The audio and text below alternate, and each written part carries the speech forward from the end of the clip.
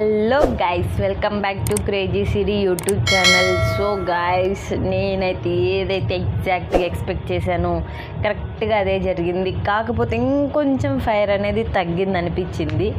ఏంటి అంటే మాత్రం I will be start because ఏంటంటే అసలు నేనైతే ఏదైతే ముందు వీడియోలో యష్మి గురించి ఏదైతే 250 గ్రామ్స్ గురించి ఏదైతే నాగార్జున సార్ చెప్తారు అని ఎక్స్పెక్ట్ చేశానో ఖచ్చితంగా చెప్పారు. నిజంగా మేబీ నా వీడియో ఏమన్నా చూశాడేమో.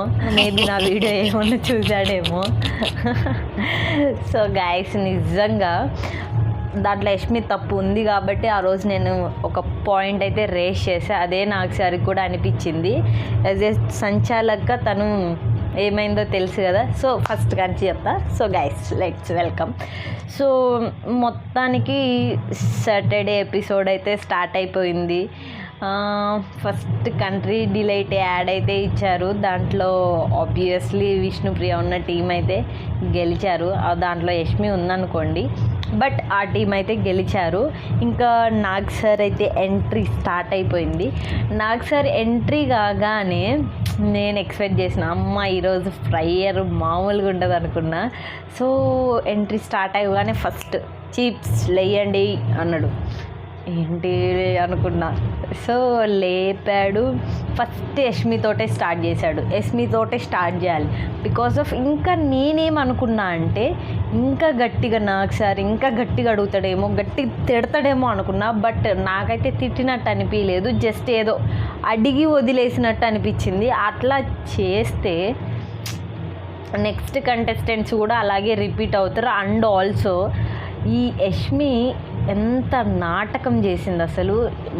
కపట కన్నీరు వచ్చిన రోజే నాగ్ సార్ చెప్పారు, కొంతమంది నిజమైన కన్నీరు ఉంటుంది, కొంతమందిది కపట కన్నీరు ఉంటుందని.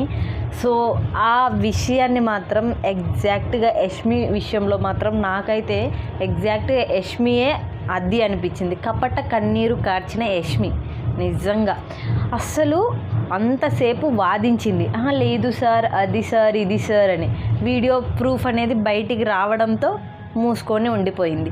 ఎందుకమ్మా నీకు ఏదన్నా నువ్వు చేసిందైతే సరే ఇట్లా చేశా అని చెప్పుకో, అంతేగాని కపట కన్నీరు కార్చుకొని కవరింగ్ చేసుకోవాల్సినంత అవసరం లేదు కదా. నువ్వు జెన్యూన్గా ఉన్నావని ఇప్పుడు ఎవ్వరము అనుకోవట్లేదు. నువ్వు ఆ సోనియా అంత మీ ఇద్దరు మొత్తం ఒకవైపే నిజంగా అనిపించింది.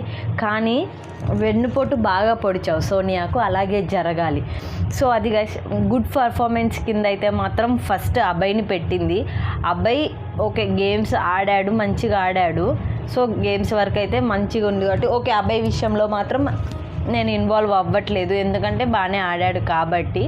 ప్లస్ ఈ పృథ్వీని ఎందుకు పెట్టింది? తను ఆడింది ఒక గేము, ఆ ఒక్క గేమ్లో గివప్ అయితే ఇచ్చేశాడు.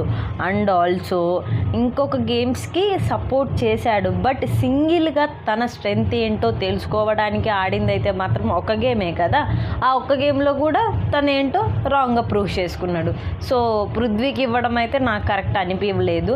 అండ్ ఆల్సో ప్రేరణ నాకు తెలిసి మంచిగా ఆడింది, బట్ తనని ఎందుకు ఇవ్వలేదు? బికాజ్ ఆఫ్ ఆ రోజు కన్ఫ్యూజ్ చేసింది మీరు, కన్ఫ్యూజన్ వచ్చేలాగా మాట్లాడింది మీ టీం, మీ క్లాన్. సో ఈరోజు ప్రేరణని రాంగ్ చేయడం కరెక్ట్ కాదు. సోనియా విషయంలో I will be agree because of నువ్వు తనతో క్లోజ్గా ఉండి అలా చేయడం అయితే బాగా వెన్నుపొట్టు పొడిచావా సోనియాకి. అలాగే జరగాలి సోనియాకి, నీకు కూడా జరగాల్సింది. బట్ నువ్వు మిస్ అయ్యావు. ఏదో ఒక వారంలో నువ్వు కూడా బయటపడతావు. సో అది గైస్, మొత్తానికి యష్మి అయితే నాకు అసలు జెన్యూన్ అనిపించలేదు. ఫస్ట్ వీక్లో సోనియా ఎంత వరస్ట్ అనిపించిందో సెకండ్ వీక్ వచ్చేసరికి నాకు యష్మి కూడా అంతే వరస్ట్గా అనిపించింది. నిజంగా మీలో ఇలాంటి ఒపీనియన్ ఎంతమందికి అనిపించిందో ప్లీజ్ మీరు కూడా చెప్పండి నాకు. బికాజ్ ఆఫ్ నా ఒక్కదాని ఒపీనియనే ఇలా ఉందా, మీ ఒపీనియన్ కూడా ఇలాగే ఉందా? మీది కూడా నా అలాగే ఉంటే మాత్రం I will be happy because of నేను కరెక్ట్ అని ప్రూవ్ చేసుకోవచ్చు. సో అది గైస్, యష్మి క్లాన్ అయితే వరస్ట్గా మొత్తానికి కూలిపోయింది. బట్ నాగ్ సార్ మీరు నైనికా క్లాన్ని ఎందుకు అలా చేశారు నాకు అర్థం కాలేదు. బికాజ్ ఆఫ్ నైనికా వాళ్ళు మంచిగా ఆడారు, బట్ ఆదిత్య ఓం గారు ఒక్కరు వాళ్ళతో ఇన్వాల్వ్ అవ్వలేదు, తన విషయాలు ఏమి చెప్పుకోలేదు, సరిగా గేమ్ ఆడలేదు. బట్ ఆదిత్య ఓం ఒక్కడికి ప్రాబ్లం ఉంది. అండ్ ఆల్సో నబీల్ విషయం వచ్చేసరికి ఆ ఫ్రస్ట్రేషన్ ఏదైతే ఉందో ఆ టైంలో తను అలా అనుకున్నాడు అంతే తప్ప నైనిక అక్కడికి క్లియర్గా చెప్పింది, కొంచెం ఎవరైనా ఏదన్నా సాడ్గా ఉన్నప్పుడు మనం కొంచెం స్పేస్ ఇస్తే they will be happy. So ఆ వేలో ఆలోచించింది నైనిక. బట్ ఆ విషయంలో నాగ్ సార్కి అలా అనిపించింది, నాకైతే ఇలా అనిపించింది. మీకు కూడా ఇలాగే అనిపించిందా ఏమో మేబీ. సో నైనిక విషయంలో అయితే నాగ్ సార్ అలా ఇవ్వకుండా ఇలా ఇచ్చింటే మంచిగా ఉండని నాకు అనిపించింది. సో నైనిక వచ్చేసరికి సీతని మంచి గుడ్ పొజిషన్లో పెట్టింది. బికాజ్ ఆఫ్ సీత మనం చూసాము, సీత చాలా అంటే చాలా బాగా ఆడింది. ఆ పోటీ ఏదైతే ఉందో ఫుడ్ విషయంలో దాంట్లో మాత్రం సూపర్గా ఆడింది. సో సీతకి ఇచ్చింది కాబట్టి I will be happy. Next Vishnupriya కూడా ఇవ్వాలి. బికాజ్ ఆఫ్ విష్ణుప్రియ బాయ్స్ తోటి సమానంగా ప్రియాకి ఇవ్వడం almost correct. Because of boys తోటి సమానంగా పోటీ పడింది, స్విమ్మింగ్ పూల్ పోటీలో ఫస్ట్ వచ్చింది, బాయ్స్తో పోటీ పడింది. బట్ అబ్బాయిని సార్ తిట్టలేదు, బట్ ఆ అబ్బాయి మాత్రం అన్వాంటెడ్గా అయితే దొబ్బలేదు, నిజంగా దొబ్బాడు. అది చూసే మనకే కనిపించింది, మరి నాగ్ సార్కి ఎందుకు కనిపించలేదో. అబ్బాయి అయితే దొబ్బాడు, అందరూ ఒప్పుకున్నారు దొబ్బారని, కానీ అన్ఇంటెన్షనల్గా దొబ్బారు అనే ఒక ఫ్రేమ్ అయితే క్రియేట్ చేశారు. బట్ నాకైతే అలా అనిపించలేదు, ఎందుకంటే అన్ఇంటెన్షనల్గా దొబ్బినప్పుడు తను కింద పడగానే తిను నవ్వడు. బికాజ్ ఆఫ్ తిను ఇంటెన్షన్గా ఇలా అన్నాడు కాబట్టి పడగానే నవ్వాడు. సో ఆ విషయంలో మాత్రం ఆ జడ్జిమెంట్ రాంగ్. అబ్బాయిని తిట్టాల్సింది, బట్ తిట్టలేదు. నాకైతే ఆ విషయంలో కోపం వచ్చింది. సో విష్ణునైతే గుడ్ కింద పెట్టారు. ఆదిత్య ఓం గారి విషయం వచ్చేసరికి ఆయన అసలు ఏం ఆడుతున్నాడు, శివాజీని కాపీ కొట్టి వచ్చాడు అని అనుకున్నా. బట్ శివాజీలో ఇంత పర్సెంట్ కూడా ఈయన దగ్గర లేదు అని అయితే నాకు అనిపిస్తుంది. సో ఈసారి బిగ్ బాస్ హౌస్లో పెద్ద మనిషిలాగా ఉంటాడు ఇతడే అనుకుంటే, కానీ ఈయన మన ఎక్స్పెక్టేషన్స్ అయితే రీచ్ అవ్వట్లేదు. అసలు ఏం ఆడుతున్నాడో తనకే అర్థం అవ్వట్లేదు. So I will be sad about on that. ఆయన అసలు ఏం ఆడట్లేదు. So next Nikhil team really very great. అసలు నిఖిల్ చెప్పే కదా, వాళ్ళ ఇద్దరు ఉన్నా కూడా 2,25,000 గెలిచారంటే hats off to them.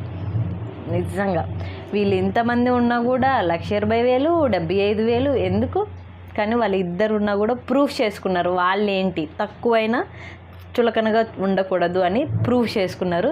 So ఆ విషయంలో మాత్రం నిఖిల్ అండ్ నాగమణికంటకి టేక్ అప్.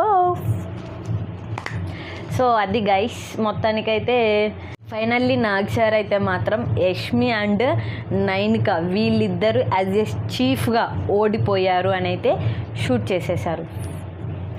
కానీ నైనికను ఆపి యష్మిని షూట్ చేసింటే అప్పుడు తెలిసేది బాధ అంటే ఏంటి, ఆ యష్మి తెలిసేది. బట్ నైనిక విషయంలో ఎందుకు చేశారు అంటే నబీల్ అండ్ ఆదిత్య ఇద్దరూ సఫర్ అయ్యారు కాబట్టి, సో వాళ్ళ కోసం చేసి ఉండొచ్చు. బట్ యష్మి క్లాన్కి ఇంకొంచెం గట్టి కోటింగ్ అనేది పడింటే బాగుండు. సోనియాకి మాత్రం దోల తీరింది. అసలు నాగ్ సార్ అన్న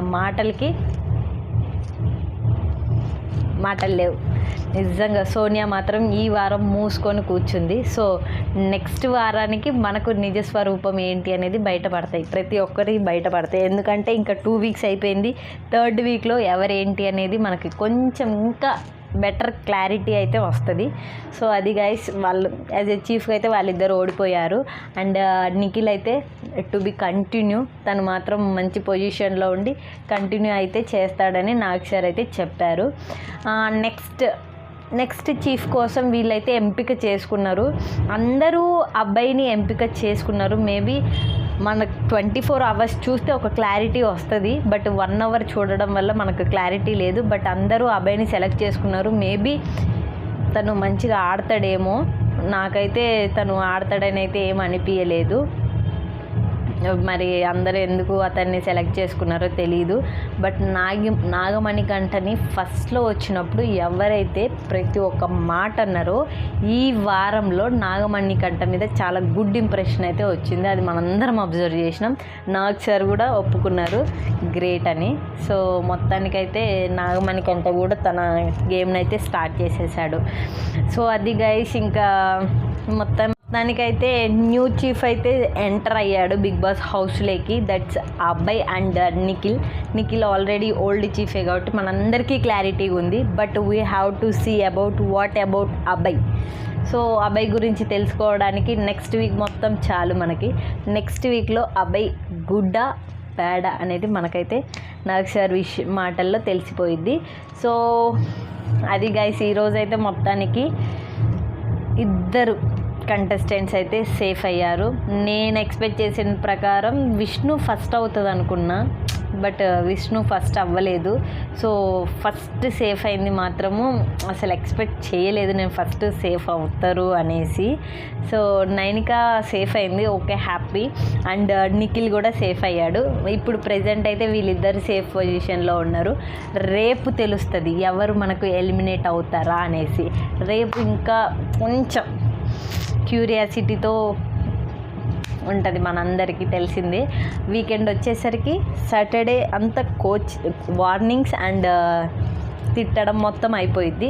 సండేకి వచ్చేసరికి ఎలిమినేషన్ ఎవరవుతారా ఏంటి అనేసి క్యూరియాసిటీ అయితే మనందరికీ ఉంటుంది. సో అది గైస్, ఇంకా మొత్తానికైతే అలా జరిగింది. Please thank you so much video last వరకు చూసినందుకు. ప్లీజ్ సబ్స్క్రైబ్ చేసుకోండి, లైక్ చేయండి, షేర్ చేయండి. Crazy Siri YouTube channel. Love you guys.